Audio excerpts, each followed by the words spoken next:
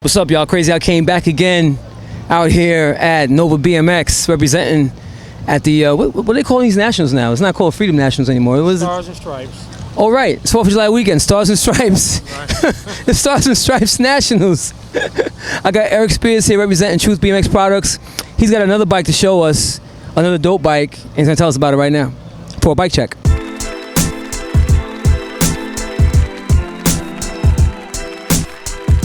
This is our Truth Main Event Pro XL 24 cruiser frame, 21.5 top tube. We're also running Truth Chromoly forks. These are Sens wheels that I just threw on until I get my new set of wheels laced up and new tires. And then we have the Truth headset, Truth spacers, Truth stem and compression bolt bolted to Truth cruiser handlebars, Truth grips, Pro Max brakes. We have Truth two-piece cranks, Black Crown 44 chainring, which is on here until I switch over to a 39.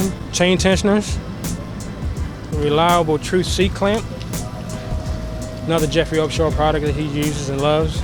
We run the Truth bottom brackets on this bike. Got the metal flake red, you probably can see it sparking a little bit. Clip pedals, time.